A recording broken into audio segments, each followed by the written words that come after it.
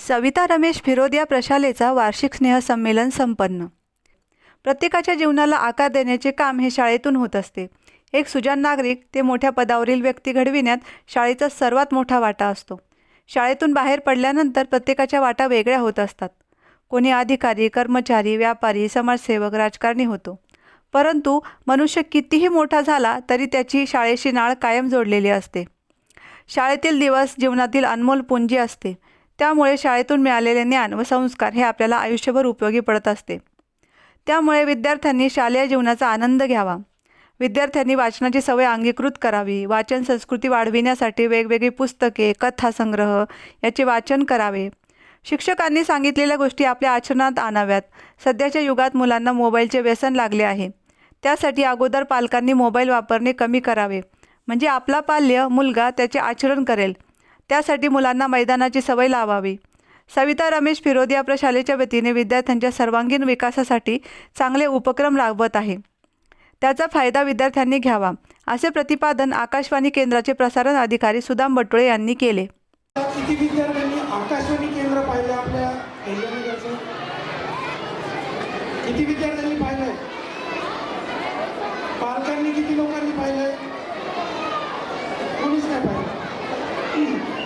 बरं, आपल्या आकाशवाणीवरती लहान मुलांसाठी एक कार्यक्रम प्रसारित होतो। दर रविवारी एक कार्यक्रम आपल्या लहान मुलांसाठी प्रसारित होतो। त्याचं काय नाव आहे सांगता येईल का कोणाला? काय नाव आहे? बालमेळा। आता त्या बालमेळ्यामध्ये आपण काय करतो माहिती आहे का, की जसं आता तुम्ही इथं गाणी म्हणणार आहे किंवा काही नाटक सादर करणार आहात, किंवा कोणी अभंग म्हणाल, कोणी गवळण म्हणाल, कोणी पोवाडा म्हणाल, आहे की नाही? असं वेगवेगळं तुम्ही काहीतरी सादर करता, तेच आपल्याला आकाशवाणीवरती पण सादर करता येऊ शकतं।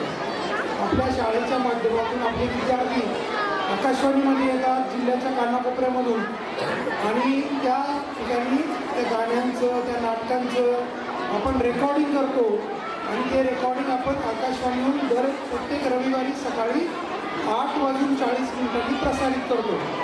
त्याने आपल्या संपूर्ण जिल्ह्यातले जे काय आपले श्रोते आहेत, जिल्ह्याच्या बाहेरचे श्रोते आहेत, राज्यातले श्रोते आहेत, त्यांना सहजपणे ते ऐकता येतं। त्यामुळे तुमचं नाव जे आहे ते आकाशवाणीवर ऐकायला मिळतं, आपल्या पालकांना सुद्धा ऐकायला मिळतं। तर कोणाकोणाला आवडेल आकाशवाणीवर यायला? आवडेल का नाही? फक्त समोरच्या मुलांना आवडेल, बाकीच्या पाठीमागच्यांना आवडणार नाही का? मग आता पुढच्या वेळेला फक्त समोरची मुलं आकाशवाणीवर पाहायला येतील आणि कार्यक्रम आपण त्या ठिकाणी रेकॉर्ड करू। चालेल का? ठीक आहे। सविता रमेश फिरोदिया प्रशालेच्या वार्षिक स्नेहसंमेलनाचे उद्घाटन आकाशवाणी केंद्राचे प्रसारण अधिकारी सुदाम बटुळे यांच्या हस्ते झाले।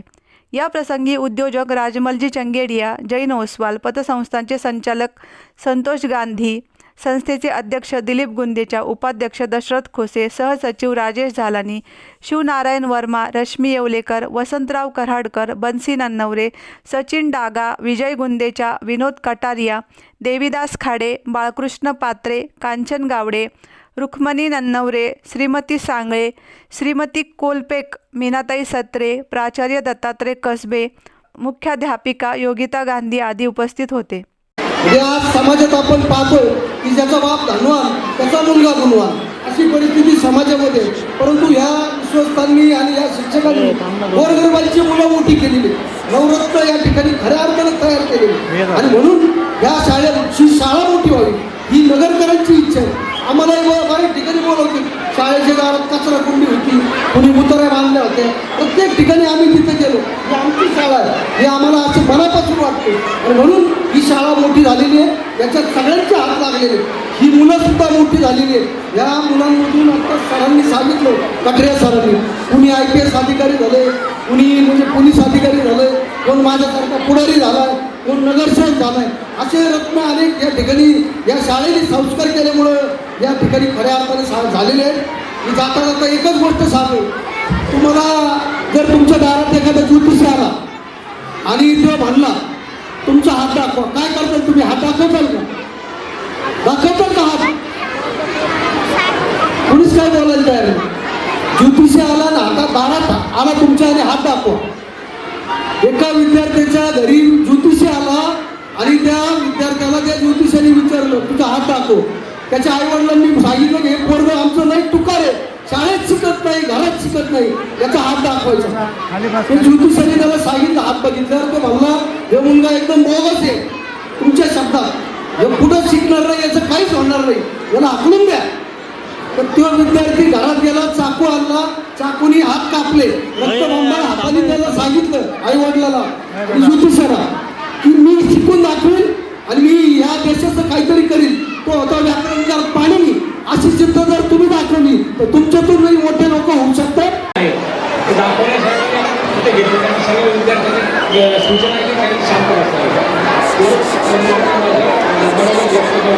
आणि आपल्याला त्या या कार्यक्रमाचे अध्यक्ष लाभलेले आहेत आकाशवाणीचे अधिकारी श्री सुधाकर गोकुळे साहेब.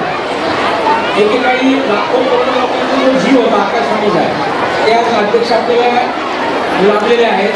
तर त्यांची सुद्धा विचार आपल्याला ऐकायचे आहे.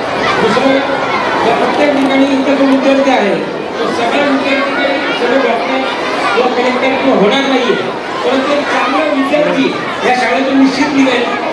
आणि या शाळेतून मला कायमचा परिचय आलेला आहे. एक 2-3 कार्यक्रम आलेले खूप चांगलं काम आहे. संतोष गांधी म्हणाले की सध्याच्या काळातील मुलं ही डिजिटल युगातील आहे, त्यामुळे त्यांचे मैदानी खेळाकडे पूर्णपणे दुर्लक्ष झाल्याचे दिसून येते.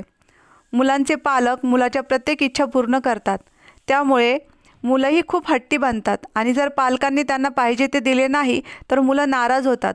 त्यासाठी त्यांना स्पर्धा परीक्षा, विविध खेळ, वाचन आदींची सवय असणे महत्त्वाचे आहे, असे प्रतिपादन जैन ओसवाल पतसंस्थाचे संचालक संतोष गांधी यांनी केले आहे. संस्था अध्यक्ष दिलीप गुंदेच्या म्हणाले की संस्थेच्या वतीने विद्यार्थ्यांच्या सर्वांगीण विकासासाठी सर्वतोपरी सुविधा उपलब्ध करून देण्यात येत आहेत. शिक्षकांच्या सहकार्याने विद्यार्थीही विविध क्षेत्रात नेत्रदीपक यश मिळत असल्याचे त्यांनी सांगितले. उपाध्यक्ष दशरथ खोसे यांनी विद्यार्थ्यांना बहुमोल असे मार्गदर्शन केले. जेव्हा आकाशवाणीचं पहिल्यांदा प्रसारण सुरू झालेलं होतं तेव्हा आमचा अख्खा गाव मिरीगाव चौकामध्ये एक रेडिओ असायचा आणि तो रेडिओ ऐकण्यासाठी संध्याकाळच्या वेळेला आमची शेती आमची माणसं नावाचा कार्यक्रम ऐकण्यासाठी संपूर्ण गाव एकत्र येऊन बसत असायचा, असं मी चित्र पाहिलेलं आहे. आता जेव्हा तुम्ही आकाशवाणी ऐकता का असं जेव्हा विचारलं तेव्हा कुणाचाच हातवर आलेला मला दिसला नाही फारसा. चुकून 1-2 जणांनी हात केला असेल, परंतु आकाशवाणीचं काम या देशाच्या विकासामध्ये फार मोठं आहे आणि आकाशवाणीमुळं आपण खरं तर खऱ्या अर्थाने सर्वस्फूर्त झालेलो आहोत. आणि त्यामुळे आकाशवाणीचे जे प्रमुख कार्यक्रम अधिकारी आहेत आपल्या अहिल्यानगरच्या आकाशवाणीसाठी त्यांचे विचार आपण ऐकणार आहोत. परंतु आमचे विद्यार्थ्यांना घाई आहे की हा कार्यक्रम कधी संपणार आहे आणि आमचा कार्यक्रम कधी सुरू होतोय. आता तुमचा कार्यक्रम सुरू व्हायला वेळ आहे, परंतु आमचा कार्यक्रम संपला पाहिजे ना आधी. कारण वर्षभर जेव्हा आपण खूप चांगलं काम करतो शाळेच्या माध्यमातून तेव्हा मित्रांनो ते पारितोषिक देण्यासाठी चांगल्या माणसांना इथं बोलवावं लागतं. त्यांना संस्थेचं काम, शाळेचं काम दाखवण्याचा कार्यक्रम हा आहे. यावेळी उद्योजक राजमलजी चंगेडिया, सहसचिव राजेश झालानी आदींनी विद्यार्थ्यांना मार्गदर्शन केले. प्रास्ताविक निलेश आंबेकर यांनी केले तर अहवाल वाचन मुख्याध्यापिका योगिता गांधी यांनी केले.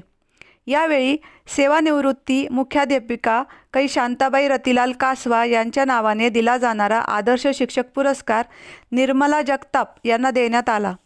तसेच यावेळी विद्यार्थी सहायता निधीसाठी संस्थाचे विश्वस्त राजेंद्र चोपडा यांनी 51,000 रुपये दिले. तसेच उद्योजक राजमालजी चंगेडिया यांनी 7,000 तर वसंतराव कराडकर यांनी 1,100 रुपये आणि कला शिक्षक बाळकृष्ण पात्रे सर यांनी 1,000 रुपये दिले.